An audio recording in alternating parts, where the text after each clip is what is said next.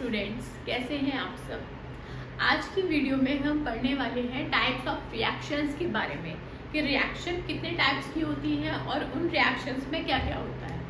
तो हमारी सिलेबस में 5 रिएक्शंस गिवन है। पहली है combination reaction, then decomposition reaction, third है डिस्प्लेसमेंट रिएक्शन, फोर्थ है double displacement reaction and last में हम पढ़ेंगे रिडॉक्स रिएक्शन के बारे में।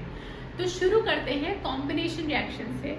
कॉम्बिनेशन रिएक्शन के नाम से ही आपको समझ में आ रहा होगा कि कॉम्बिनेशन मतलब कि जुड़ने की बात हो रही है, एडिशन की बात हो रही है, कॉम्बिनेशन की बात हो रही है। ऐसे रिएक्शन जिसमें दो या दो से ज़्यादा सब्सटेंस जब कंबाइन करते हैं एक दूसरे के साथ और फॉर्म करते हैं एक सिंगल सब्सटेंस या फिर एक सिंगल प्रोडक्ट, तो उस रिएक्शन को हम बोलते हैं कॉम्बिनेशन रिएक्शन। जैसे कि ए फॉर एग्जाम्पल, ए हमारा रिएक्टेंट, ए और बी हमारी रिएक्टेंट है। जब ये ऐड होके कंबाइन करके क्या फॉर्म करेंगे, ए बी, मतलब एक सिंगल प्रोडक्ट फॉर्म करेंगे। फॉर एग्जाम्पल, आयरन जब सल्फर के साथ रिएक्शन करेगा तो क्या फॉर्म करेगा, आयरन सल्फाइड, राइट। तो कॉम्बिनेशन रिएक्शन से हमें समझ में आया जब दो से ज़्यादा सब्सटेंसेस एक दूसरे के साथ कंबाइंड करके एक सिंगल सब्सटेंस फॉर्म करते हैं तो उसको हम बोलते हैं combination reaction. Now come to decomposition reaction. Decomposition का मतलब है कि जब सिर्फ एक सिंगल रिएक्टेंट डिकम्पोज होके या स्प्लिट होके या डिवाइड होके एक दो या फिर उससे ज़्यादा प्रोडक्ट फॉर्म करेगा तो उस रिएक्शन को हम बोलते हैं decomposition reaction. The chemical reaction in which a compound is split into two or more simpler substances, elements or compounds are known as decomposition reaction. Suppose AB हमारा reactant है, एक सिंगल रिएक्टेंट है। जब ये स्प्लिट होगा तो क्या form करेगा, A प्लस B, दो अलग अलग डिफरेंट टाइप के प्रोडक्ट फॉर्म करेगा। अब इसको एक एग्जांपल से समझते हैं। जब HgO मतलब कि मरकरी ऑक्साइड जब स्प्लिट होके क्या फॉर्म करेगी, मरकरी और ऑक्साइड, मतलब ये जो रिएक्टेंट है जिससे मिलकर ये रिएक्टेंट बना है, ये अपने ही सब्सटेंसेस को सिंपलर सब्सटेंसेस में स्प्लिट कर देता है या फिर डिवाइड कर देता है। तो हमने सीखा कॉम्बिनेशन रिएक्शन और डिकम्पोजिशन रिएक्शन के बारे में। अब पढ़ते हैं कि डिकम्पोजिशन रिएक्शन के टाइप्स क्या है। इसके 3 टाइप्स होते हैं और टाइप्स क्यों हैं ये भी पढ़ेंगे। देखो, हर सब्सटेंस, कोई भी एलिमेंट हो या कंपाउंड हो या फिर मॉलिक्यूल हो, अपने अंदर एनर्जी स्टोर करता है। इस एनर्जी को हम पोटेंशियल एनर्जी बोलते हैं और केमिस्ट्री की लैंग्वेज में हम केमिकल एनर्जी बोलते हैं। जब भी बॉन्ड्स फॉर्म होते हैं तो एनर्जी रिलीज होती है और जब भी बॉन्ड्स ब्रेक होते हैं तो एनर्जी एब्जॉर्ब होती है। डिकम्पोजिशन रिएक्शन में क्या हो रहा है कि बॉन्ड्स ब्रेक हो रहे हैं, रिएक्टेंट्स की बॉन्ड्स ब्रेक होके अलग अलग सिंपलर सब्सटेंसेस बना रहे हैं। अब इन बॉन्ड्स की ब्रेकिंग के लिए हमें एनर्जी की ज़रूरत तो पड़ेगी। तो ये एनर्जी का सोर्स क्या है, हमें एनर्जी कहाँ से मिलेगी। एनर्जी हमें मिल सकती है हीट से या फिर इलेक्ट्रिक करंट से या फिर सनलाइट से। इसी के बेसिस पे, इसी के अकॉर्डिंग हमने इन सभी डिकम्पोजिशन रिएक्शन को क्लासीफाई किया है। थर्मल डिकम्पोजिशन रिएक्शन में, इलेक्ट्रोकेमिकल डिकम्पोजिशन रिएक्शन में एंड फोटोकेमिकल डिकम्पोजिशन रिएक्शन में। आप जानते हैं कि थर्मल डिकम्पोजिशन रिएक्शन क्या होती है। A reaction that is brought about by heat without any recombination on cooling is known as thermal decomposition. वो रिएक्शन जो हीट से एनर्जी लेके बॉन्ड्स को ब्रेक कर देती है अलग अलग सिंपलर सब्सटेंसेस में, कहलाती है thermal decomposition reaction.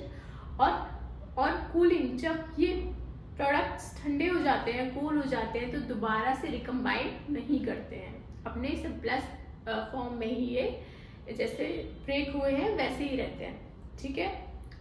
Thermal decomposition reaction में हीट का यूज करके हम रिएक्टेंट को तोड़ के दो अलग अलग प्रोडक्ट्स बना रहे हैं। यहाँ पे हम मरकरी ऑक्साइड को यूज करके हम मरकरी और ऑक्सीजन प्रोड्यूस कर रहे हैं, राइट। इलेक्ट्रोकेमिकल डिकम्पोजिशन रिएक्शन में क्या है कि हम इलेक्ट्रिसिटी के थ्रू, इलेक्ट्रिक करंट के थ्रू हम रिएक्टेंट को तोड़ के तो अलग अलग प्रोडक्ट फॉर्म कर रहे हैं। जब H2O में हम इलेक्ट्रिक करंट पास करते हैं तो क्या फॉर्म होता है, हाइड्रोजन एंड ऑक्सीजन दोनों गैसियस फॉर्म में प्रोड्यूस होती हैं और H2O हमारा लिक्विड है, राइट। थर्ड रिएक्शन है photochemical decomposition reaction. Photochemical decomposition reaction क्या है, फोटो से आप समझ रहे हो कि सनलाइट की बात हो रही है। वो रिएक्शन जो सनलाइट की प्रेजेंस में रिएक्टेंट को ब्रेक करके दो अलग अलग प्रोडक्ट प्रोड्यूस करती है उसको बोलते हैं photochemical reaction. When silver chloride is exposed to sunlight, it undergoes photochemical decomposition forming grey metal silver and greenish yellow gas। जब सिल्वर क्लोराइड को सनलाइट जब पास करवाते हैं, सिल्वर क्लोराइड को सनलाइट की प्रेजेंस में रखते हैं तो हमें क्या मिलता है, सिल्वर ग्रे कलर का silver metal and chloride gas, right. समझ आया अपना?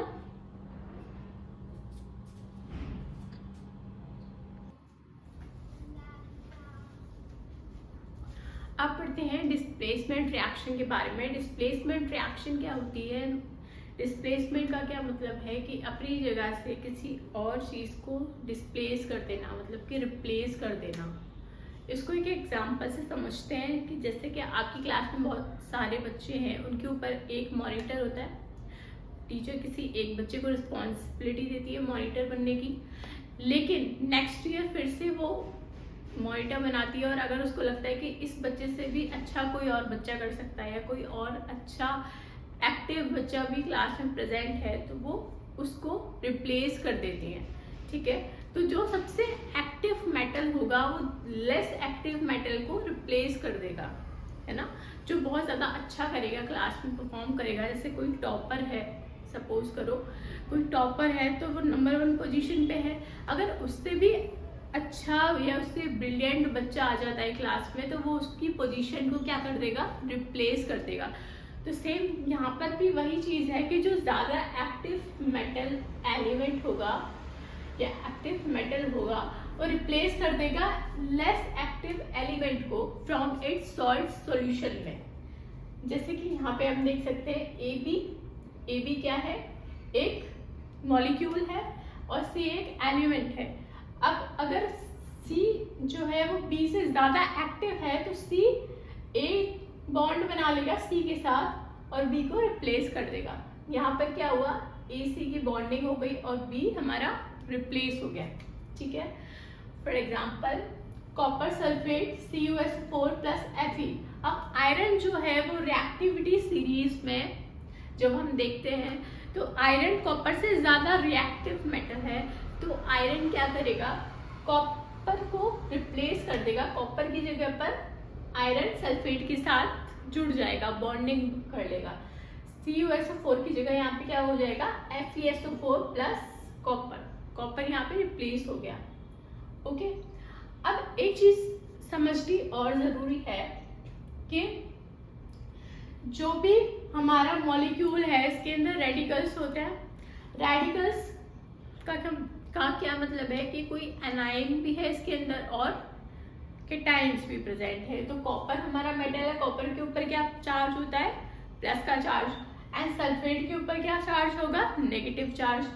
तो कॉपर सल्फेट के साथ बॉन्ड बनाए हुए हैं और यहाँ पे जो आयरन है वो भी क्या है, पॉजिटिव चार्ज है, मतलब कि एक केटायन है।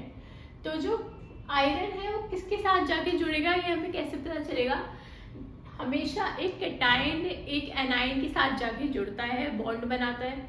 तो अगर मैं ये बोलूँ कि CuFe क्यों नहीं हुआ, कॉपर आयरन क्यों नहीं बन सकता यहाँ पे, उसका एग्जाम्पल ये है क्योंकि जो सल्फेट है वो नेगेटिव रेडिकल है और आयरन है हमारा पॉजिटिव रेडिकल यानी कि केटाइन।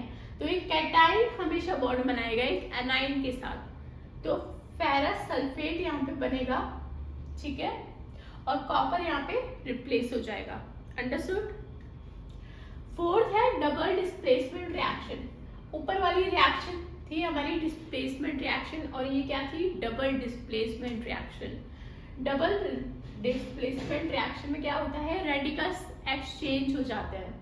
रेडिकल्स के एक्सचेंज का क्या मतलब है कि NaCl प्लस AgNO3, Na हमारा कैटाइन है, क्लोरीन हमारी एनाइन रेडिकल है, सिल्वर हमारा कैटाइन है एंड नाइट्रेट हमारा एनाइन है। तो यहाँ पे Ag जो है सिल्वर किसके साथ ऐड हो जाएगा, क्लोरीन के साथ, कैटाइन एनाइन, कैटाइन एनाइन। ये जो रेडिकल्स हैं ये आपस में एक्सचेंज हो जाएंगे।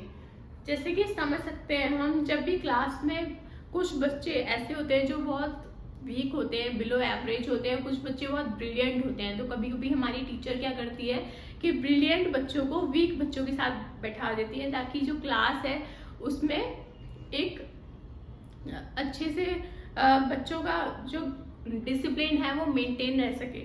ठीक है, जब वीक बच्चे ब्रिलियंट बच्चों के साथ बैठेंगे तो एक तो उनको हेल्प मिलेगी स्टडीज में, कोई उन्हें चीज़ समझ नहीं आएगी तो वो अपने फ्रेंड से पूछ सकते हैं। दूसरी बात ये है कि क्लास में डिसिप्लिन मेंटेन रहेगा। ठीक है, तो इस एग्जाम्पल से मैंने क्या समझाने की कोशिश की है यहाँ पे कि जो जिस तरीके से बच्चों को एक्सचेंज करके बिठाया जाता है, इसी तरीके से यहाँ पे हमारे मेटल्स भी एक्सचेंज हुए हैं। मतलब कि हमारे जो रेडिकल्स हैं, कैटाइन और एनाइन है, आपस में एक्सचेंज हो गए और क्या बना लिया इन्होंने, AgCl and NaNO3, and this is called double displacement reaction. इसको डबल डिकम्पोजिशन रिएक्शन भी कहा जाता है।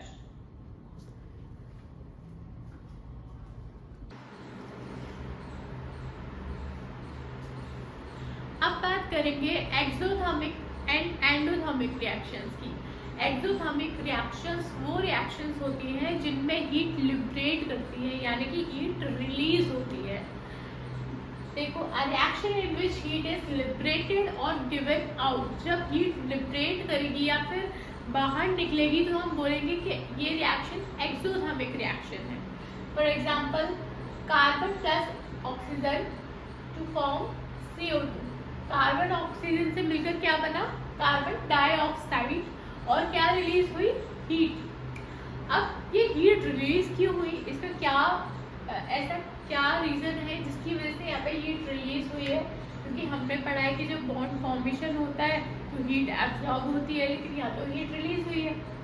इसका रीजन ये है कि जब भी हम रिएक्टेंट का energy content, total energy content product के टोटल एनर्जी कंटेंट से ज़्यादा होगा तो उस केस में हीट रिलीज होगी। एनर्जी तो समझ में आया ना कि हर मॉलिक्यूल, हर एलिमेंट अपने अंदर एनर्जी स्टोर करता है, उसको क्या बोलते हैं हम, केमिकल एनर्जी। तो जब भी रिएक्टेंट्स की एनर्जी प्रोडक्ट की एनर्जी से ज़्यादा होगी तो उस केस में हीट रिलीज होगी। लेकिन एंडोथर्मिक रिएक्शंस जो है वो जस्ट ऑपोजिट है एक्सोथर्मिक रिएक्शन के, क्योंकि इनमें हीट एब्जॉर्ब हो रही है। एक्सोथर्मिक में हीट इवॉल्व हो रही थी, यानी कि रिलीज हो रही थी, लेकिन एंडोथर्मिक रिएक्शंस में हीट एब्जॉर्ब हो रही है। जब नाइट्रोजन की रिएक्शन ऑक्सीजन के साथ होगी तो क्या होगा, नाइट्रिक ऑक्साइड, और ये कितने टेम्परेचर पे हो रही है, देखो बहुत ही हाई टेम्परेचर पे हो रही है, 3000 डिग्री सेल्सियस पर। ठीक है, तो उसका क्या मतलब है कि यहाँ पे हीट का एब्जॉर्प्शन हो रहा है बॉन्ड्स के फॉर्मेशन में। Now come to our last reaction, redox reaction. Okay, तो रिडॉक्स रिएक्शन पे क्या है कि ऑक्सीडेशन, जब ऑक्सीडेशन और रिडक्शन साइमल्टेनियसली हो तो हम बोलते हैं कि एक रिडॉक्स रिएक्शन है। लेकिन ऑक्सीडेशन और रिडक्शन ये क्या चीज़ है, ये किस चिड़िया का नाम है? तो आओ पढ़ते हैं। ऑक्सीडेशन, ऑक्सीडेशन किसे बोलते हैं, जब भी एडिशन होता है किसी भी एलिमेंट में या किसी भी मॉलिक्यूल में एडिशन होता है ऑक्सीजन का, या फिर लॉस होता है इलेक्ट्रॉन्स का, तो हम बोलते हैं कि यहाँ पे ऑक्सीडेशन हुआ है, या फिर रिमूवल ऑफ हाइड्रोजन। दो कंडीशंस है, या तो addition of oxygen, loss of electron and removal of hydrogen. Second condition है कि हाइड्रोजन का रिमूवल हो जाता है तो भी हम क्या बोलेंगे कि ऑक्सीडेशन हो गया। ठीक है, रिडक्शन में क्या होगा, जस्ट ऑपोजिट होगा, एडिशन ऑफ हाइड्रोजन, हाइड्रोजन का जब एडिशन होता है या फिर गेन ऑफ इलेक्ट्रॉन या फिर इलेक्ट्रॉन का गेन होता है, या रिमूवल ऑफ ऑक्सीजन, जब ऑक्सीजन का रिमूवल हो जाएगा तो इन दोनों केस कंडीशंस में क्या हम बोलेंगे कि रिडक्शन हुआ है। और रिडॉक्स रिएक्शंस में ये दोनों रिएक्शन ऑक्सीडेशन और रिडक्शन साइमल्टेनियसली होता है, यानी कि एक साथ होता है। देखो यहाँ पे copper oxide plus H2, copper plus H2। अब यहाँ पे हाइड्रोजन के साथ ऑक्सीजन का एडिशन हुआ तो क्या हो गया, यहाँ पे ऑक्सीडेशन हुआ। कॉपर से जब ऑक्सीजन रिमूव हो गई तो यहाँ पे क्या फॉर्म हुआ, कॉपर। तो इट मीन्स कि कॉपर ऑक्साइड का रिडक्शन हो गया और H2 से जब H2O बना तो यहाँ पे ऑक्सीडेशन हो गया। आया समझ में? I hope you all understand very well these types of reactions. Thank you.